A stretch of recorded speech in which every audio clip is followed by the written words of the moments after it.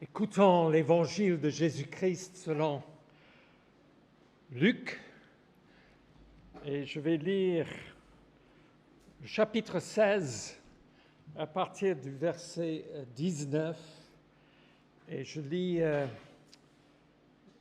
selon la traduction du français courant. Luc 16, 19.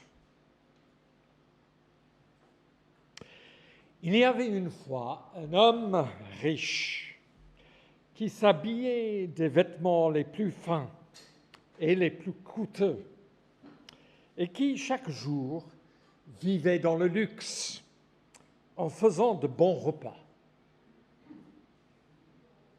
Devant la porte de sa maison était couché un pauvre homme appelé Lazare. Son corps était couvert de plaies. Il aurait bien voulu se nourrir des morceaux qui tombaient de la table du riche. De plus, les chiens venaient lécher ses plaies.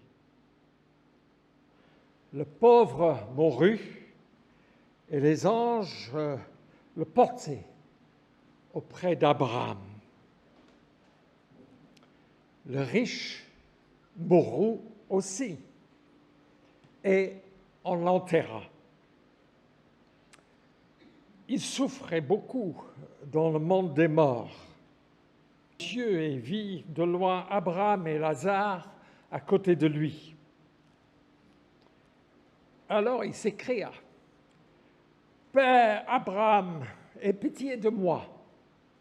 Envoie donc Lazare tremper le bout de son doigt dans de l'eau pour me rafraîchir la langue, car je souffre beaucoup dans ce feu. » Mais Abraham dit: « Mon enfant, souviens-toi que tu as reçu beaucoup de bien pendant ta vie, tandis que Lazare a eu beaucoup de malheur. Maintenant, il reçoit ici sa consolation, tandis que tu souffres. Toi, tu souffres. De plus, il y a un grand abîme entre vous et nous. Ainsi, ceux qui voudraient passer d'ici vers vous ne le peuvent pas, et l'on ne peut pas non plus parvenir jusqu'à nous, de là où tu es. » Le riche dit: « Je t'en prie, Père, envoie donc Lazare dans la maison de mon Père, où j'ai 5 frères, qu'il aille les avertir, afin qu'ils ne viennent pas eux aussi dans ce lieu de souffrance. » Abraham répondit: « Tes frères ont Moïse et les prophètes pour les avertir, qu'ils les écoutent. » Le riche dit: « Ceci ne suffit pas, Père Abraham, mais si quelqu'un revient de chez les morts et va les trouver, alors ils changeront de comportement. » Mais Abraham lui dit: « S'ils ne veulent pas écouter Moïse et les prophètes, ils ne se laisseront pas persuader, même si quelqu'un se relevait d'entre les morts. » Que le Seigneur nous aide à comprendre sa parole. Un jour, un pasteur et un chauffeur de taxi arrivaient ensemble devant les portes du paradis. Saint Pierre regardait bien dans ses notes et il constatait que ce chauffeur devait être accueilli avec beaucoup d'élégance, avec un nouveau costume en soie. Le pasteur, impressionné par la qualité de cet accueil, se demande quel sera son accueil de bienvenue. Pierre regarde dans ses notes et il lui passe une chemise en coton. Un peu agacé, le pasteur demande alors: « Pourquoi ce chauffeur reçoit un costume en soie et moi, qui a prêché l'Évangile toute ma vie, ne reçoit qu'une chemise en coton ?» Saint Pierre lui dit: « Ici, nous ne prenons en note que les résultats. pendant que tu prêchais, les gens dormaient. Quand le chauffeur conduisait, les gens priaient.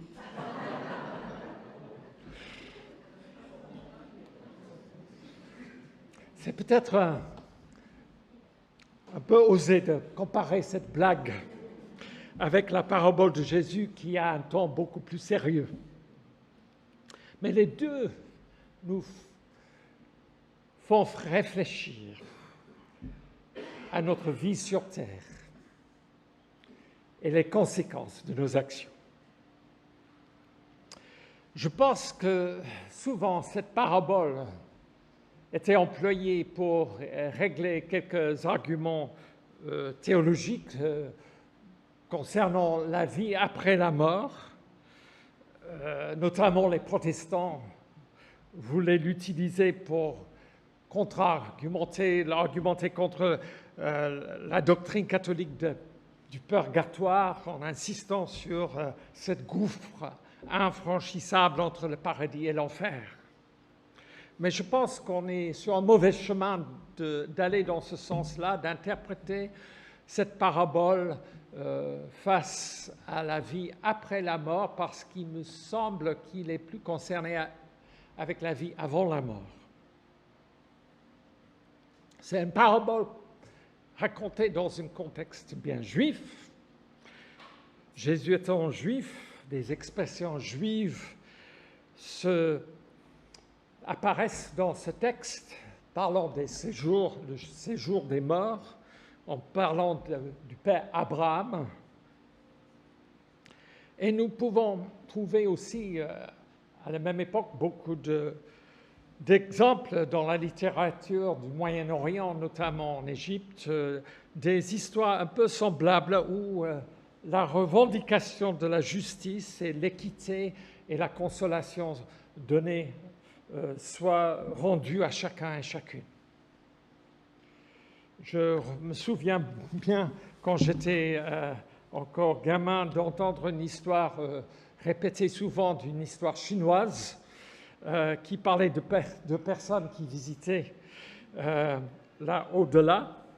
Et il était frappé d'abord de visiter les gens en enfer qui mangeaient avec des baguettes chinoises 2 mètres en longueur et n'arrivaient pas à se nourrir, malgré le fait qu'il y avait beaucoup de nourriture sur la table. Ensuite, il demande d'aller au ciel et il retrouve des personnes bien portantes, bien heureuses, et il dit je vois qu'ici la règle avec les baguettes de mètres dans longueur ne s'applique pas. Et l'ange lui a dit mais bien sûr, c'est juste que ces personnes ont appris à nourrir la personne en face. Voilà, ces récits sont là pour nous aider à réfléchir sur notre vie sur Terre, pour rendre plus visible notre comportement et nos priorités. C'est intéressant que dans toutes les paraboles de Jésus, c'est la seule où un personnage reçoit un nom. Il est nommé Lazare. C'est la personne qu'on aurait pensé est son nom, qu'on croise dans la rue, qu'on ne connaît pas, tandis que l'homme riche, bien aisé, fortuné, que tout le monde doit savoir son nom, n'a pas de nom. Et voilà, des explications arrivent. Pourquoi Lazare est nommé? Certains pensent forcément à l'évangile de Jean et la résurrection de Lazare, notamment en s'appuyant sur la fin de cette parabole qui dit « S'ils ne veulent pas écouter Moïse et les prophètes, ils ne se laisseront pas persuader, même si quelqu'un se relève d'entre les morts ». Mais cette explication n'est pas trop satisfaisante parce que ça demande une explication postérieure à la parabole. Et il y a peut-être une autre résurrection plus importante dont on fait référence. Alors, une autre possibilité qui me plaît se trouve dans Genèse chapitre 15, versets 2 et 3, où là nous apprenons qu'Abraham avait un serviteur qui s'appelait Lazare. ou El-Lazare, ou comme nos traductions souvent fait Éléazar. Mais Lazare, voilà, le texte nous dit que c'était un homme habitant à Damas. Et quand Dieu dit à Abraham, n'aie pas peur, je suis ton bouclier et tu recevras une grande récompense. Abraham dit, mais Seigneur, je n'ai pas d'enfant et mon héritier, celui qui recevra tous mes biens, c'est Éléazar de Damas, un de mes domestiques. Voilà, pour Abraham, il semblait que toute la promesse allait revenir à une personne pas digne d'être son héritier, mais qui sera quand même son héritier. Et cette lecture me semble intéressante par rapport à tout l'enseignement de Jésus sur, effectivement, ce renversement des valeurs qui fait partie du royaume de Dieu. Ceux qui pensent être des héritiers, ceux qui se pensent bien portants, bien connus par tout le monde, vont avoir des surprises devant Dieu, devant les regards de Dieu. Ils ne sont pas plus importants que la personne sans nom, la personne déshéritée, la personne étrangère, la personne que nous marginalisons. J'étais tiré vers cette parabole pour ce matin parce que je participe, et c'est une petite publicité au milieu de la prédication, je participe à une mission de radio-fréquence protestante qui s'appelle Le Grand Débat. Ça sort tous les 14-15 jours, le lundi soir à 22h. Voilà, c'est des pasteurs évangéliques luthériens et réformés qui sont invités à discuter ensemble des textes bibliques. Et le dernier que j'ai fait, je pense que l'émission peut-être sort demain soir, mais voilà, c'est sur Luc 16. Et on était invités à commenter tout ce passage de Luc 16. Et on s'est arrêté juste avant cette parabole.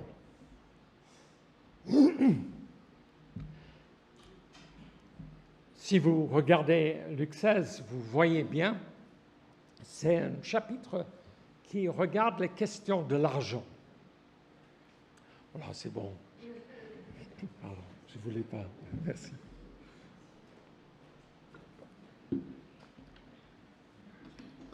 Alors,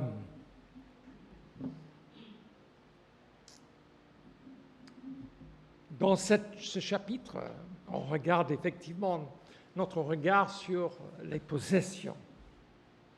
À part 2 versets qui parlent du divorce et mariage, mais parfois le divorce et mariage se fait autour aussi des questions de possession et d'argent, des questions de conflit, mais bon, ça à part. Il me semble que dans cette parabole, Luc veut que nous attirons l'attention effectivement sur notre insatisfaction matérielle qui ronge la vie. Comme cet homme qui avait les vêtements les plus fins, les plus coûteux, et qui n'était jamais satisfait parce que chaque jour, il fallait renouveler l'expérience et faire encore mieux pour impressionner, bien sûr, ses invités. Cet homme sûrement obèse est entouré par ses tableaux, par des grands artistes, une cave remplie des meilleurs vins, et il accumule jusqu'à sa mort. Lazare, par contre, est malade sans soin, et c'est juste les chiens qui lèchent ses plaies. Il trouve que la poubelle de l'homme riche est verrouillée parce que lui, il ne peut que rêver des miettes qui tombent de la table, mais il ne peut pas aller les chercher. Vu sa situation, ce n'est pas surprenant que Lazare meure en premier,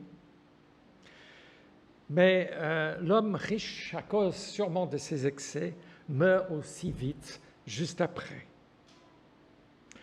Le texte est intéressant parce qu'il est précisé que Lazare est porté dans les bras des anges jusqu'à Abraham. Un accueil soigné de la personne morte sans toi et accueilli avec joie. Tandis que le texte dit par rapport à l'homme riche, simplement qu'il est enterré.